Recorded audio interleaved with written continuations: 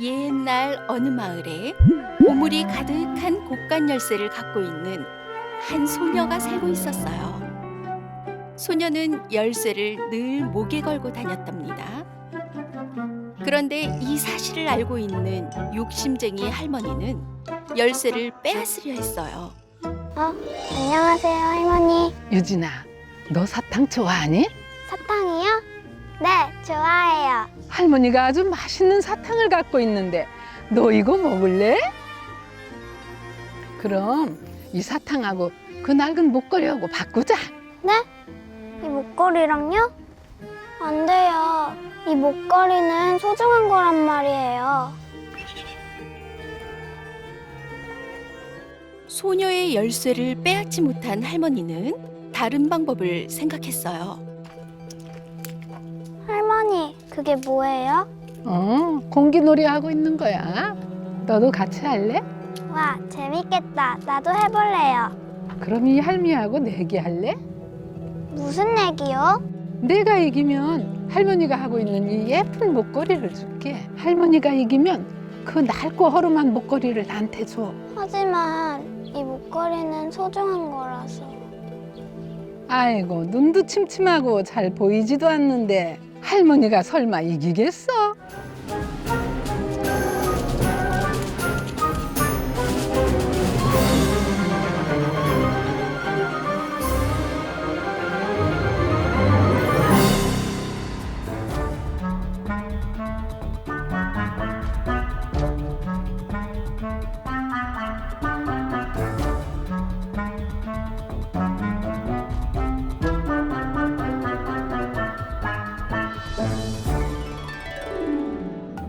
내가 이겼구나.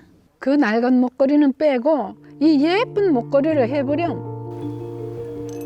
소녀는 자신의 열쇠를 바닥에 내려놓고 말았어요. 할머니, 목걸이가 너무 예뻐요. 그래, 너한테 아주 잘 어울리는구나. 할머니는 일이 있어서 먼저 가보마. 네, 할머니.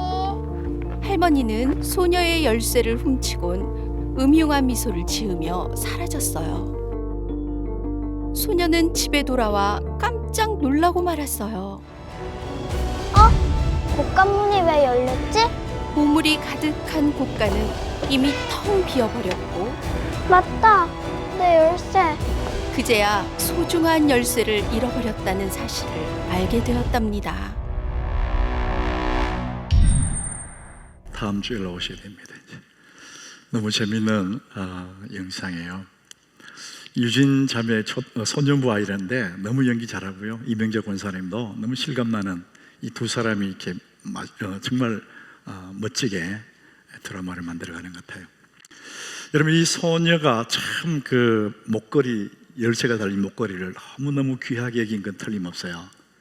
근데 결과적으로 그 목걸이는 이제 다른 걸로 대체가 됐잖아요. 여러분, 영상 봤으니까 제가 물어보겠습니다.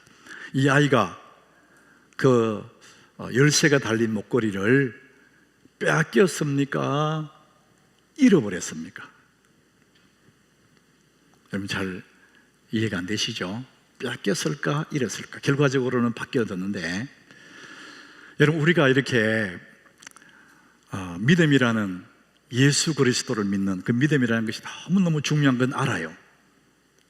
근데 우리도 모르게 이 땅에, 이 세상에 살면서 잃어버렸는지 빼앗겼는지는 모르지만 우리의 믿음들이 힘에 있는 것이 사실이거든요. 자, 그래서 오늘은 당신의 인생을 해독하라. 빼앗겼는지 잃어버린지는 모르지만 우리 다시 해독하는, 디톡스하는 그런 시간이 필요한 것입니다. 이 창조적인 글쓰기라는 이 책을 통해서 우리 한국 사람들에게 알려진 크리스찬 작가 애니 딜라드라는 사람이 있어요. 이 애니 딜라드는 참 하나님을 사랑하는 작가인데 어느 날 병이 들어서 몸에, 누구나 병 들 수 있잖아요. 근데 병이 들었는데 그 병을 치료하기 위해서 팅크 클릭이라는 그런 지역에 자연 속에서 살고 있어요. 자기 몸을 이제 돌보기 위해서. 그 팅크 크릭이라는 그런 지역에 살면서 글을 하나 썼는데, 팅크 크릭 순례, 이런 책을 썼는데 그 책이 너무너무 유명해져서 퓰리처 상을 받았다는 거예요. 저는 이 애니 딜라데라 이분의 책을 오래전에 읽은 적이 있어요. 이분이 자기의 그 책에서 어린 시절에 자기 유년기의 이야기를 써놓았더라고요. 갖고 놀 게 별로 없는 그 시절에 이 어린 애니는 골목길에서, 사람들이 많이 지나다니는 골목길에서 놀았다는 겁니다. 동전을 몇 개를 이렇게 골목 어귀에 숨겨놓고 바닥에다가 화살표를 그렸다는 거예요.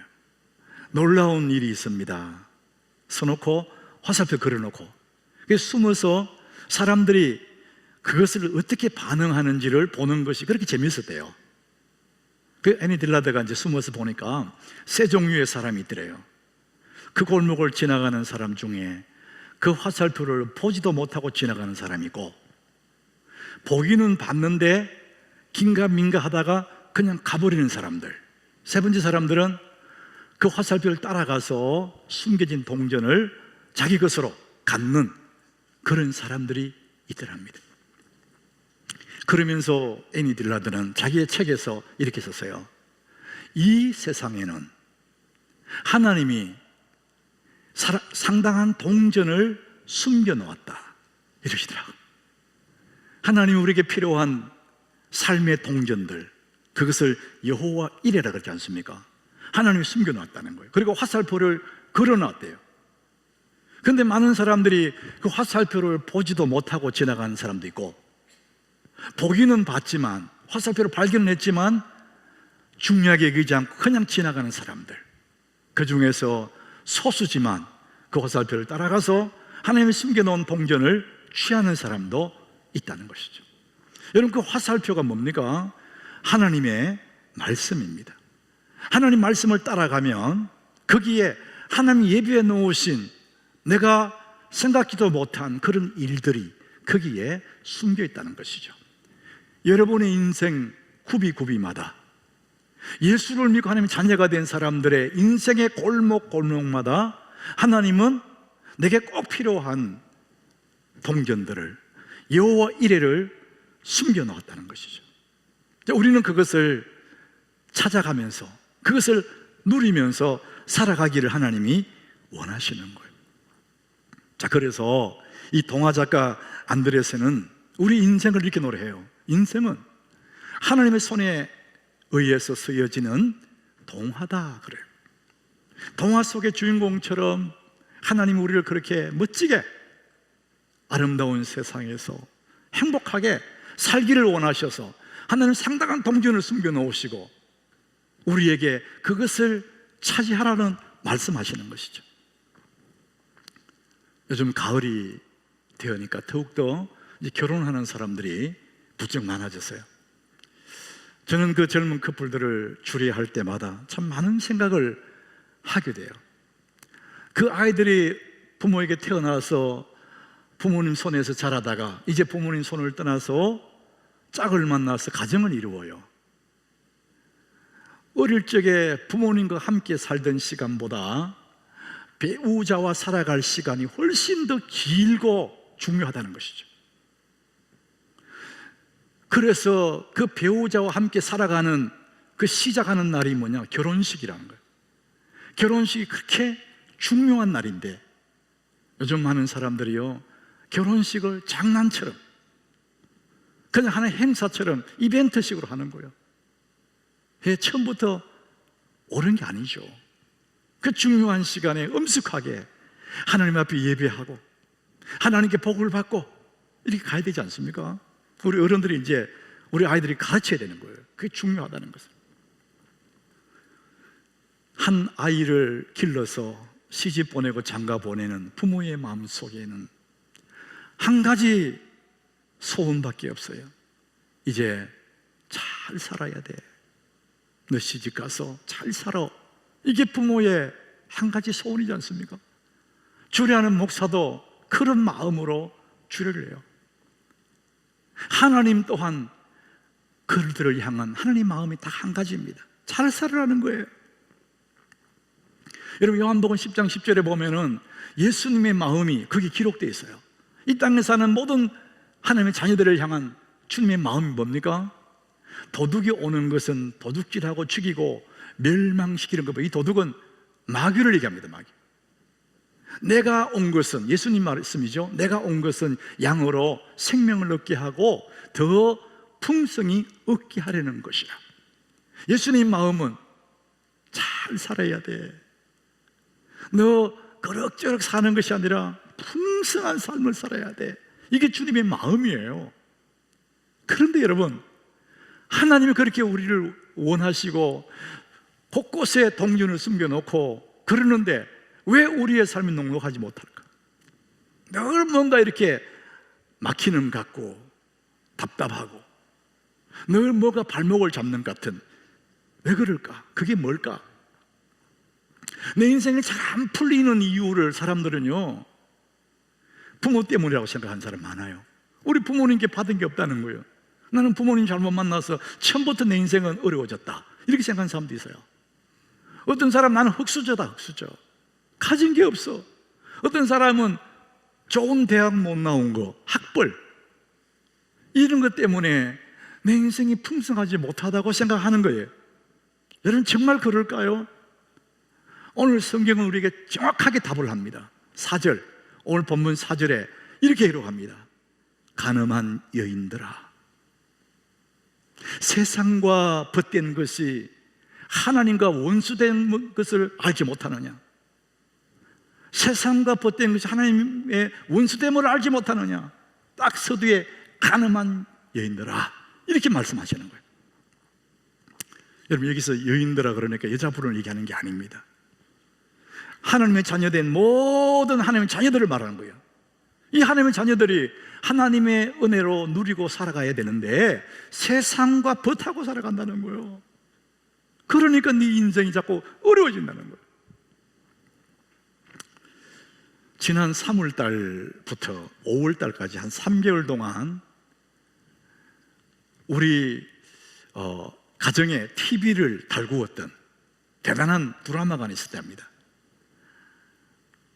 그 방송사에서 제작한 부부의 세계, 아마 여러분들이 보셨는지 모르겠어요. 저는 그때 못 봤어요. 저는 드라마를 잘 안 보거든요. 근데 이게 하도 유명해졌으니까 매스컴에 신문에 막 났더라고요. 그래서 그걸 제가 기억했다가 지난 8월 달에 목회 연구 기간도 약간 여유가 있을 때에 다시 보기 위해서 거기서 드라마를 쭉 본 거예요. 16회를. 굉장히 길더라고요. 그 드라마 속에 부부의 세계, 제목이 부부의 세계인데 거기에 나오는 부부, 정말 모든 사람이 부러워할 만한 모든 것을 갖췄던 그런 사람들이에요. 그 남편 태호라는 남자, 자기 아내가 의사이고 아들이 똑똑하고 좋은 집에 살고 모든 것을 다 가졌어요. 그 아내 또한 좋은 남편이 있죠, 아들이 있죠, 좋은 직장이 있고 집안에 보니까 뭐 없는 게 없어요. 다 가졌어요. 그래서 아내의 표현이요, 완벽해, 이렇게 표현하더라고요. 그런데 그 남편이 그렇게 좋은 환경이 다 있는데도 불구하고 아내 몰래 다른 여자와 외도를 하는 거예요. 우리는 그걸 보고 사람들이 분노하죠. 저렇게 좋은 아내가 있고 다 갖춘 환경이 있는데 왜 저 남자가 외도를 할까? 아내가 완벽하다고 생각했는데 자기 남편이 자기를 두고 다른 여자와 외도하는 것을 알아챘을 때 분노하는 거예요. 이제 그 내용들이 계속 반복되는 거예요. 그래서 이 아내가 그 남편에게 보복하기 위해서 맞바람을 피워요. 그 남편의 사랑하는 친구, 그 친구와 잠을 자는 거예요. 참 우리가 볼 때 너무 답답한 그런 이야기들이에요.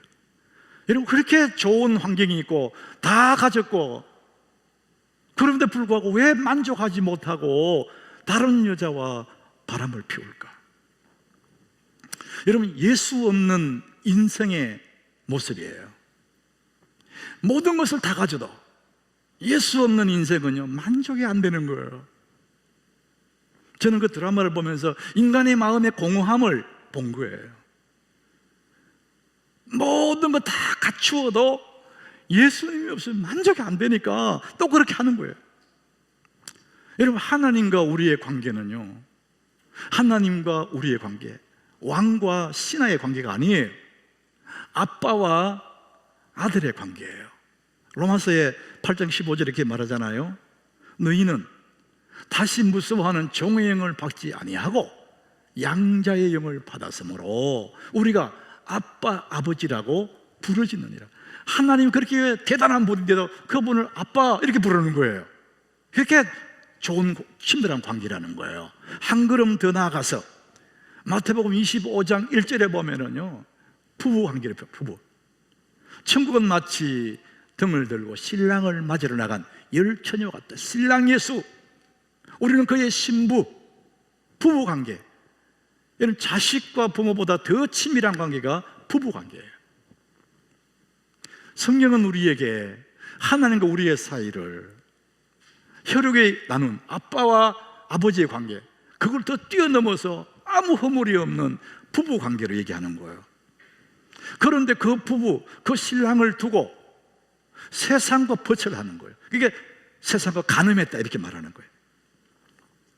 여러분, 세상과 버단다는 것은 세상과 너무 밀착되어서 살아간다는 거예요. 내 남편을 두고 신랑 예수를 두고 우리는 세상과 버하고 있다. 이것을 간음한 여자라 이렇게 표현합니다. 여러분 생각 속에 어떻습니까? 나는 그렇지 않은 것 같은데 생각할 수 있을 거예요. 근데 우리가 가만히 보면은 그런 것들이 많아요. 우리가 무엇으로 세상과 연결되고 있느냐? 여러분, 이 시대가 모든 사람이 스마트폰 다 들고 있어요. 스마트폰 그 안에 모든 사람이 연결되어 있어요. 이게 우리가 사는 시대예요. 하버드 비즈니스 리뷰라는 그 잡지, 그 사람들에게 연구한 연구소죠. 근데 거기에서 5,000명, 페이스북이라고, 여러분 SNS 하는 분들은 알 거예요. 페이스북을 하는 5,000명을 대상으로 한번 이렇게 관찰해 보니까 그 사람들이 페이스북을 하는 시간이 많으면 많을수록 삶의 질이 떨어졌더라는 거예요. 사람들이 그걸 모르는 거예요. 사람들은 페이스북 하는 사람들의 특징이 뭐냐, 뭐 밥을 먹을 때 어디 가든지 항상 사진을 찍어요. 그리고 그 사진을 이쁘게 만들어서 자기 페이스북에 올려요. 그리고 거기다 글을 달아놔요. 그걸로 끝나는 게 아닙니다. 그 다음에 자기를 그 페이스북에 팔로우하는 사람 들어와서 좋아요, 댓글 남기는 그걸 검색한 또 시간 다 보내는 거예요. 마음이 다 거기 가 있는 거예요. 이런 것을 가르쳐서요, 성숙한 어른이 갖춰야 할 좋은 심리 습관이라는 그 책 속에 보니까 이 상태를 뭐라고 하냐면은 인터넷상의 교류, SNS 인터넷상의 사람들 교류하는 그 교류는 설탕 대용품과 같을 뿐이다.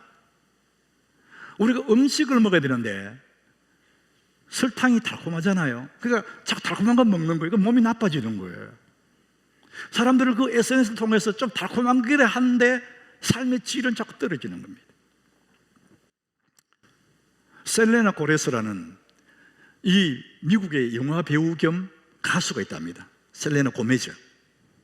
이 셀레나 고메즈는 자기의 인스타그램, SNS 그 페이스북 같은 인스타그램이 있는데 거기에 팔로워가 한 1억 명 좀 넘는데 1억 명. 대단한 팔로워를 가진 스타라는 것이죠. 이 고메즈, 셀레나 고메즈는 눈을 뜨면 사진을 찍어서 보정하고 글을 올리고 인스타그램 올려놓으면 사람들이 들어와서 좋아요, 좋아요, 글 남기는 거 1억 명이 들어오니까 그거 보려면 하루 종일 하죠. 아침에 눈 뜨면은 시작해서 끝날 때까지 그거만 하는 거예요. 다른 건 못 하는 거예요. 그러다가 정신과 의사가 이 셀레나 고메즈를 진단했습니다. 당신 SNS 중독입니다. 딱 그랬어요. 이 여자가 너무 놀란 거예요. 그날로 이 셀레나 고메즈는 1억 명의 팔로워가 있는 그 인스타그램 계정을 닫아버려요. 없애버려요. 그리고는 정신과 치료를 받기 시작해요. 그 후에도 이 여인은 자기가 세계적인 스타지만 자기 개인 계정을 안 가지고 있답니다. 자기 전속 소속사 거기서 계정을 관리할 뿐 자기 개인 스마트폰에는 계정이 없다는 거예요. 여러분, 우리가 사는 이 시대는 SNS를 통해서, 스마트폰을 통해서 사람들 연결하고 있는 거예요. 그게 나쁜 것은 아니지만 우리로 하여금 자꾸만 세상을 향해 끌고 가는 견인 역할을 하는 겁니다. 그래서 우리가 그걸 통해서 자꾸만 세상과 벗하게 된다는 것이죠. 요즘 생명의 삶 이제 계속해서 예레미야서가 가고 있어요. 근데 어제 토요일 아침에 보니까 그 본문에 보니까 그다랴라는 사람이 죽게 되는데, 이 그다랴는 예레미야가 깊은 웅덩이에 빠졌을 때, 깊은 구덩이에 있을 때 왕에게 부탁해서 그를 건져서 살려준 사람이거든요. 굉장히 좋았던 사람이에요. 시작이 너무 좋았어요. 그런데 이 사람이 주변의 사람들의 얘기, 상황들을 잘못 판단해가지고 죽게 돼요. 그 죽어요. 어제 본문에 보면은. 너무 안타깝죠? 시작이 참 좋았는데 그 상황을 잘못 판단해서 죽게 되는 거예요. 그 짧은 이제 그 본문이에요. 굉장히 제가 생각이 많아지는 거예요. 사람들은 처음은 다 순수하게 시작해요.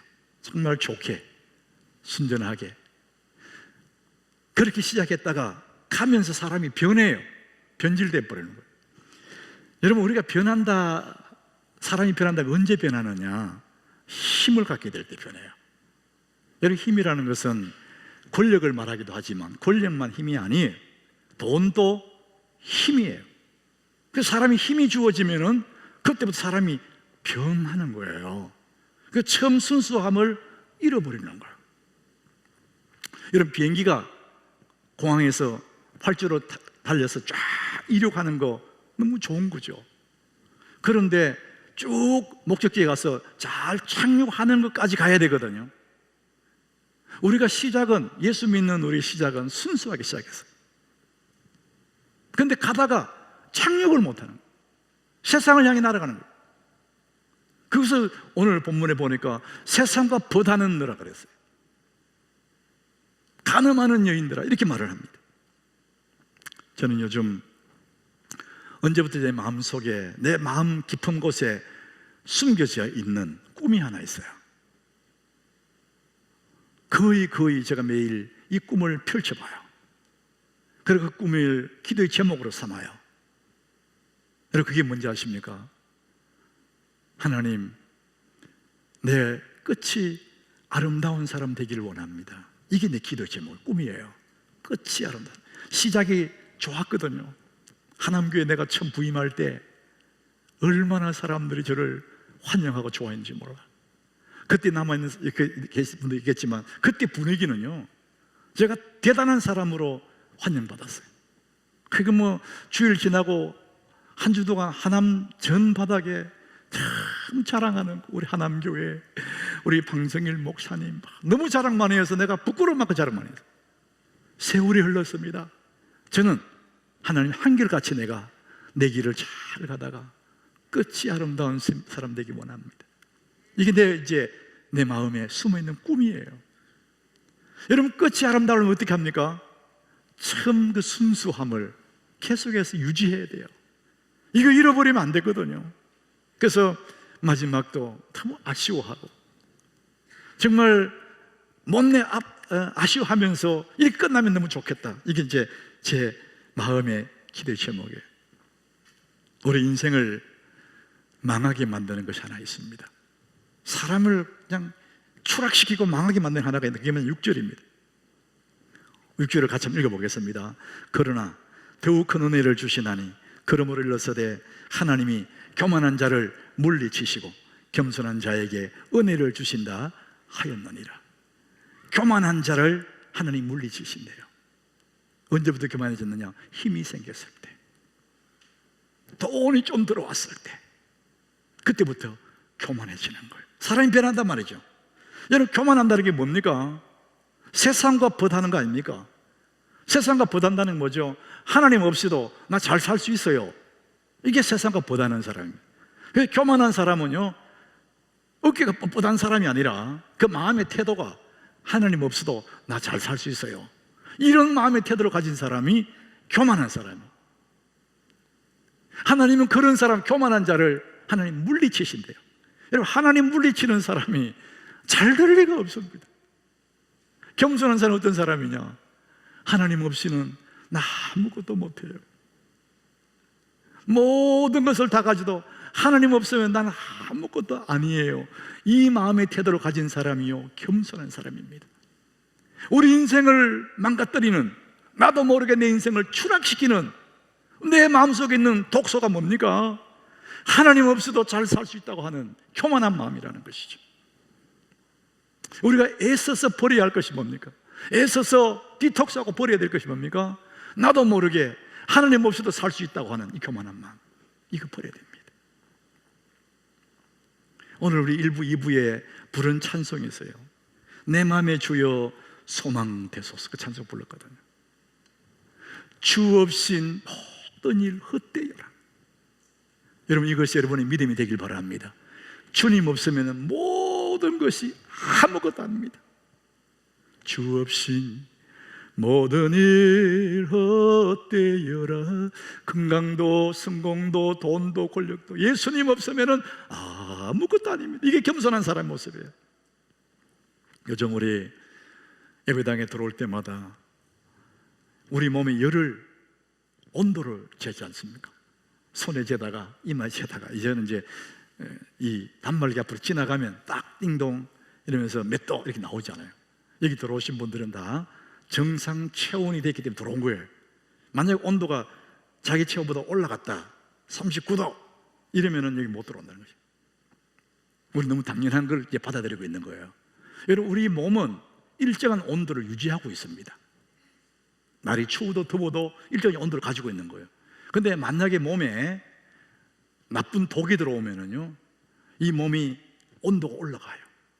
내 몸이 열이 난다는 것은 뭐가 나쁜 게 들어왔다는 거예요. 그래서 내 몸 자체가 그 나쁜 것을 몰아내기 위해서, 사오기 위해서 열을 올리는 거예요. 온도를 높이는 겁니다. 여러분, 우리 인생의 온도가 그렇습니다.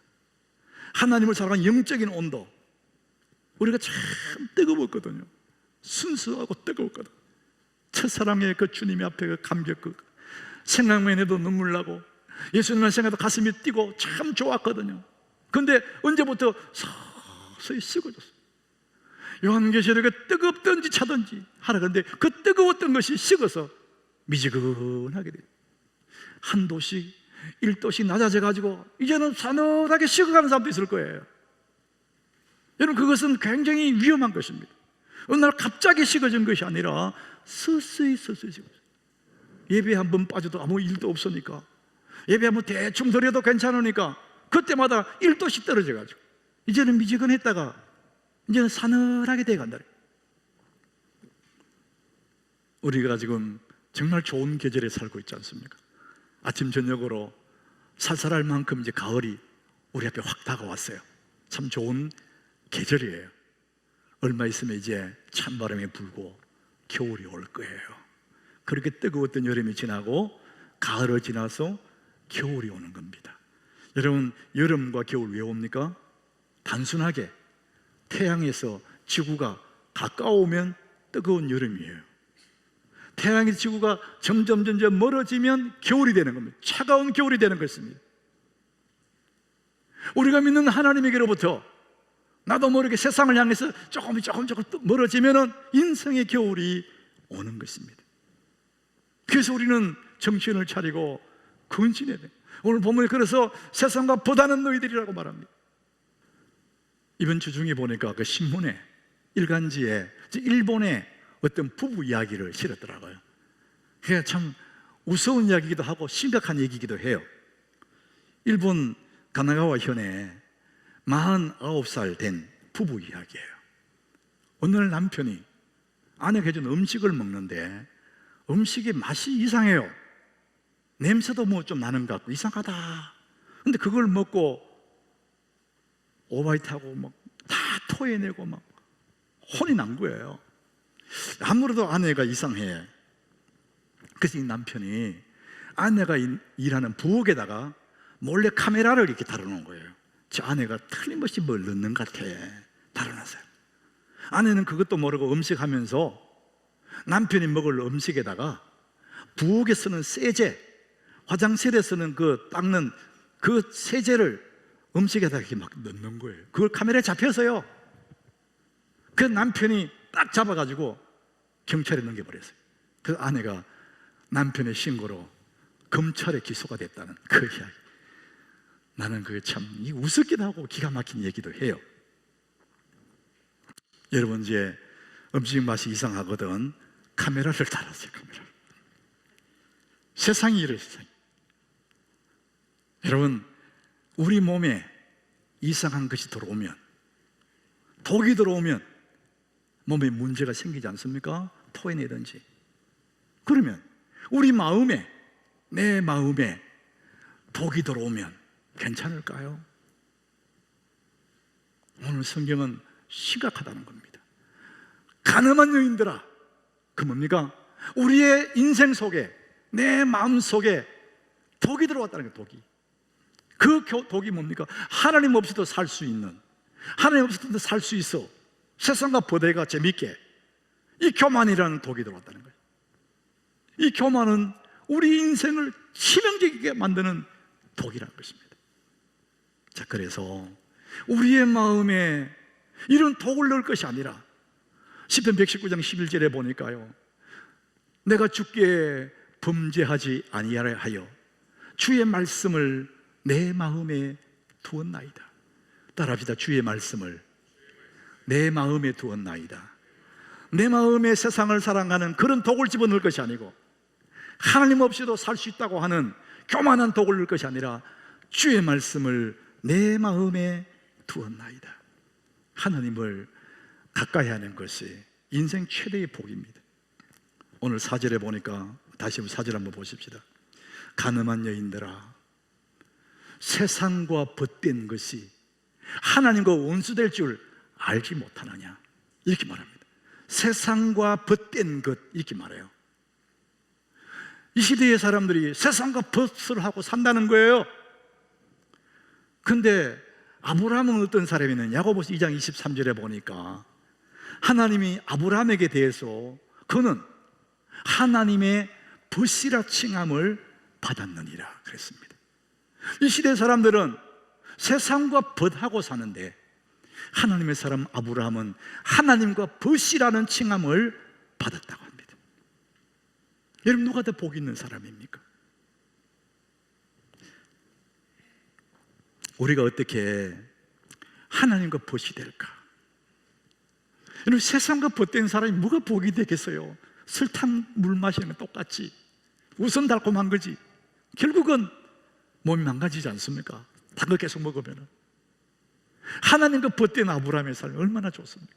여러분, 어떻게 하나님의 벗이 될 수가 있습니까? 오늘 8절에 그 답을 이야기하고 있어요. 하나님을 가까이 하라. 그리하면 너희를 가까이 하시리라. 내가 하나님을 가까이, 하나님도 나와 가까이 하신다는 것이죠. 이것이 하나님과 벗이 되는 유일한 길이라는 것입니다.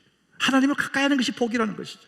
우리 마음에 하나님의 그 말씀을 가슴에 담아두고 하나님을 가까이 하는 것, 그게 뭡니까? 하나님 말씀을 담아두고 살아가는 그 삶이라는 것이죠. 그래서 우리 교회 생명의 삶 본문을 따라 묵상해 가는 것은 하나님을 가까이 하는 축복된 삶이라는 겁니다. 그래서 매일매일 하나님을 가까이 하는 복 있는 삶을 살아가시는 우리 성도들 되시기를 축복합니다. 여러분이 하나님 가까이 하는 게 복이다, 그건 막연한 게 아니에요. 하나님 말씀이 하나님이니까 그 말씀을 가까이 하는 거예요. 그게 복이라는 것이죠.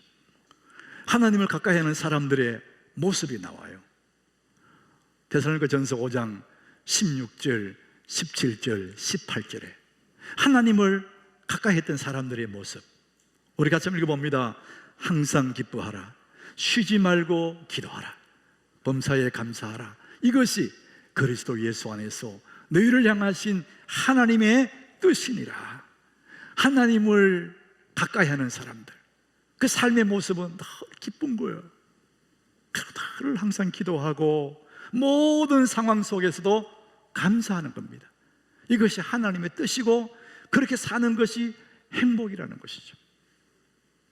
사랑하는 여러분, 우리가 세상과 부대에서 세상에서 기쁨을 찾으려는 것이 아니라 하나님 안에 있는 그 기쁨, 그리스도 예수 안에서 우리를 향하신 하나님의 그 뜻, 그 안에 있는 그 행복을 여러분 누리시기를 축복합니다. 우리가 가진 것은 없는 것 같지만 사실은 예수 믿는 우리들이 겉으로 보기는 힘없는 사람 같고 초라할 것 같기도 하고 없는 것 같기도 하지만 사실은 다 가진 사람이라, 그게 예수 믿는 사람이라는 거예요. 고린도후서의 6장 10절에 이렇게 기록합니다. 근심하는 자 같으나 항상 기뻐하고 가난한 자 같으나 많은 사람을 부욕해 하고 아무것도 없는 자 같으나 모든 것을 가진 자로다. 이게 예수 믿는 사람들이라는 거예요. 따라합시다. 모든 것을 가진 자로다. 예. 우리 예수 믿는 사람들은 가진 것도 없는 것 같은데 사실은 늘 기뻐하고 모든 것을 가진 자가 예수 믿는 사람들입니다. 여러분의 인생을 해독하십시오. 내 마음속에 하나님 없이도 살 수 있다고 하는 삶의 독초 같은 그 교만한 마음을 버리시고 오늘도 예수 안에서 그 말씀을 가까이 하며 예수님 안에서 기뻐하며 감사하며 그렇게 살아가는 것, 그것이 하나님의 뜻이고 그것이 우리 성도들의 특권이고 행복이라는 겁니다. 우리 하나님교회 모든 성도들이 예수 안에서 승리하는 이런 여러분 되시기를 주님 이름으로 축복합니다.